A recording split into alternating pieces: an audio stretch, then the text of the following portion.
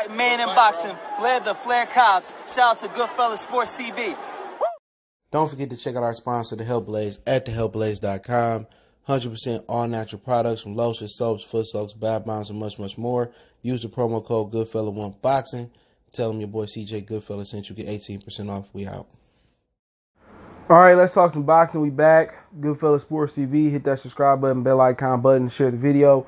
Appreciate our love and support. Best way to show love and support, share the video, hit the subscribe button, bell icon button, thumbs up the video if you haven't done so far. Got a two-part video. It was meant to be a one-part video, but just got some news. Glad that I waited to do this video. We're going to talk about Benavidez a little bit later in the video, but first, Stephen Breadman finally comes out and says that J-Rock fired him. And what's so funny about that is I thought they was a really good tandem together. But, you know, I think Julian Williams was talking about how Jerry Hurd got rid of his coach after one fight and how he wasn't loyal. He talked all that shit and then turned around and did the same thing to Stephen Breadman. So there's no word on who's going to be trading him moving forward. You can't train not having a chin. You could train to give him better defense, but I just don't think he's going to be a good defensive fighter. You know what I'm saying, going forward. You know, he's a good balanced fighter, but like I said before, when he get clocked, he can't handle it. Now, it was some rumors on the street around Philly. I talked to a couple people in Philly. What up, Philly? Said that, you know, J-Rock didn't take Rosario seriously. And at the end of the day, discipline is a huge part of boxing. It's one of the most underrated attributes, right up there with controlling distance, in my opinion. And, you know, if he didn't take him serious, that was on him. You know what I'm saying? If he thought this dude was a walkover, he's going to go in there and beat him. Even Danny Garcia, daddy, Angel Garcia, said, why did they take him for a first-time defense? He said he had seen that kid fight, and he said Danny wouldn't have done no shit like that. We know he wouldn't have. But yeah, you know, at the end of the day, you never underestimate your opponent, especially when he got bazookas in both hands. And, you know, he got bazookas in both hands. He can put you down with either hand. So at the end of the day, we're not really trying to hear that. When he overconfident, J-Rock is at his lowest. When he was overconfident, talking all that shit about Jamal, even though, you know, in hindsight, he fought a good fight and he was piecing him up. You know, he was scoring. But then again, it just boiled down. He can't take it on the chops. That ain't Breadman fault. You know what I'm saying? Breadman seemed to be, I don't know what went into the, you know, the equation to get Breadman out there, but he seemed to be a knowledgeable guy. He seemed to be, you know, a really, really good coach. Like I said before, he blasted Jerry Hurd for not having no loyalty. I understand they lost twice by knockout, but if you overconfident and then you not taking the fight seriously, how's that on Breadman? But at the end of the day, that's what's wrong with these fighters, man. They don't take accountability for their actions. These dudes finally touch, you know, big money, and these trainers can't tell them what to do. It happened with Andy Ruiz, and to be honest, it happens more often than you believe. You know, once these dudes get that big money and get the belt, they're not hungry no more. It's a lot of fighters that ain't hungry. You know, you got to credit Floyd for staying hungry throughout his career. No matter if it was $1 million, 100,000, or 100 million, he had that same hunger, and he trained. He trained like his life was on the line. You know, only fight he didn't train like that versus Conor McGregor because he was whack. You know what I'm saying? So these dudes don't fight often either, and that's the issue as well too. They don't fight real often. So, you know, Robinson, Henry Armstrong, Brasilio, Jake LaMotta, they fought often. You know, they hone their craft with fighters, just fighting in fights. A lot of these dudes try to hone their craft in camp, and it don't work that way, bro. It don't. Because you can hone your craft in camp if you fight 3 or 4 times a year. If you're not fighting 3 or 4 times, you fight once or twice, you know, camp is going to be all about you cutting weight. That's it. So how can you get better? You want to know why certain fighters don't get over the hump and they stop improving? You know, because, you know, the activity level is trash in this era. And at the end of the day, they use sparring to stay sharp. The reason the older fighters is better, they use fights to stay sharp. They might fight a whole bunch of people you never heard of, but hey, that's way better than in doing shit in sparring. The majority, in my opinion, of injuries happen in camp, or they start in camp and they may manifest in fights. You know what I'm saying? Sparring is dangerous. You know what I'm saying? That's what people don't understand. Even with the headgear and the bigger gloves, a lot of injuries come from sparring. But, you know, for him to kick Stephen Breadman to the side, you know, like a rag doll, and after blasting, you know, Jerry Hurd, and then he was blasting Rosario coach, I mean, just shows that he a real hypocrite. And ain't nothing he can do about changing his chin. At this point, I don't think he can even fix his defense. You know what I'm saying? That's real. I don't think he could fix that defense. I don't think he'd become that much of a better defensive fighter. If you got a weak chin, you better have good defense. You better be able to move your head. When you take chances and somebody punch with you, or you take chances and leave yourself open and you don't see the punch coming, that's the one that hurt. But, I thought him and Breadman was a good match. I really did. It ain't Breadman's fault that he can't take a shot. I don't know exactly where we're wrong at. But guess what? One of the first things that I be noticing, when these fighters really take a hard L or a couple hard L's and get a hard time, they want to blame the coach. They don't want to blame their study habits. They don't want to blame they eating habits. They don't want to blame their life outside the ring. They looking for somebody to blame. It may be, Al Heyman, the manager, tell him to get rid of him. At the end of the day, he is what he is. He was lucky and fortunate to obtain, the 2 belts he got. He was lucky and fortunate. He just ran into a Jerry Hurd. He ran into a future himself in Jerry Hurd. Ain't that crazy? When he beat Jerry Hurd, he became Jerry Hurd. Overconfident, cocky, arrogant, didn't want to prepare. Didn't take the guy serious. And it happened right around to him again. He was blessed to have those 2 titles. You know what I'm saying?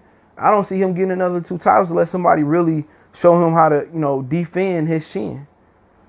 And to me, personally, he don't carry enough power to negate that chin issue. Now, some of the greatest power punchers had bad chins or questionable chins. Tommy Hearns, Julian Jackson, either he was knocking you out, you was knocking him out. You can go out through history. A lot of those thin fighters with long necks, they had questionable chins. So it was either you get them or you get me. You know what I'm saying? So, J-Rock is one of those dudes. He don't carry the punching power of Jackson or Hearns or those fighters that really had questionable chins but big punching power. He don't carry that. He don't carry the skill level of Amir Khan or the athletic ability of Amir Khan where he can just offensively overwhelm you and get by those chin issues. You know what I'm saying? So he don't really do nothing special. He's a good technician. You know what I'm saying? He got good hand speed, but he don't have the A+ attribute to get by without having that chin. Either that's, crazy boxing skills, crazy defense, or crazy power. He don't have one of those 3 attributes, so it wouldn't shock me if he never became world title holder again. And it wouldn't shock me if he did become world title holder again. But the hypocrisy in you firing this man and then blasting Jerry Hurd to fire his coach, you need to issue that man an apology. He was arrogant. Oh, Jerry Hurd don't want the rematch, and you know what I'm saying?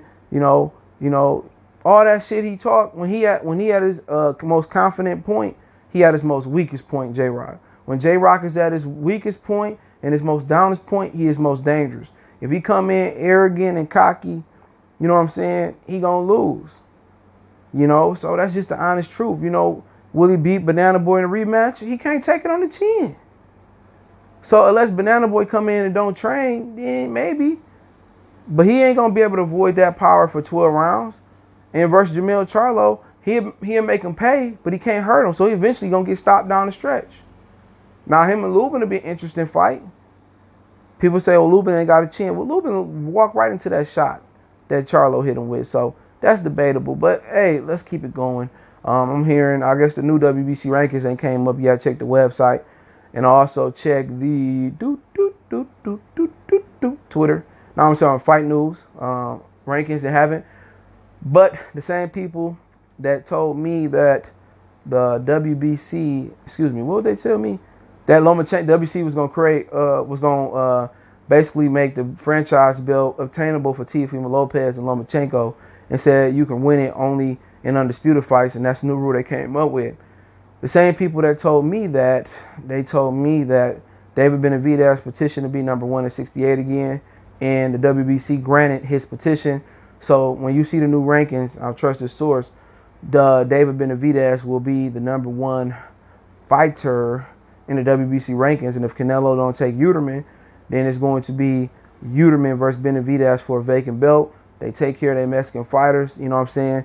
And I guess that's what they're supposed to do, all the times they threatened Deontay Wilder for saying some things Mike Tyson said, before, it's crazy. But I'm telling these dudes, man, these black fighters, y'all holding that WBC title like it's something. How about y'all just put y'all money in the pot and create y'all own new own title? You know what I'm saying? The WBC, if that person was black or, Puerto Rican or Dominican or whatever, if they weren't Mexican, would the WBC grant them another title shot after they lost their title shot on the scales, after they lost their title, sniffing coke and playing with his nose? Would they grant a black, a Dominican, a Puerto Rican fighter that? Only if they brought the bag that Canelo brought or Floyd brought. They wouldn't grant no ordinary fighter. And it's crazy. David Benavidez don't deserve that title shot. David Benavidez deserved to have to work his way back up the rankings. You know what I'm saying? He should have to start off at 15 and work his way back up. But boxing don't work that way. Al Heyman probably made a contribution to the congregation. And also, WBC felt that he was Mexican, so they should take care of him. And that's crazy. This dude about to be a 3-time world title holder just based on losing the belt on the scales and losing the belt due to sniffing coke or playing with his nose or playing with that booger sugar. You know what I'm saying? That ain't fair. You know what I'm saying? And he still win the title. He's still not going to fight Caleb Plant. And it's amazing how many black fight fans give Mexicans a pass. People talking about, Mexicans giving Mexicans a pass. Well, they is Mexican. They supposed to go for their people. Well, how we going to talk about how these brothers gave Leo Santa Cruz a pass and never stuck up for Gary Russell? How they never talk about how Canelo didn't fight Demetrius Andrade and company. Or when, in this situation where David Benavidez refusing to fight Caleb Plant and people still blaming Caleb Plant and it's David Benavidez. Ain't that crazy? That's very crazy in my opinion, man. But it is what it is. He number one. WBC going to always take care of theirs, Mexican, American.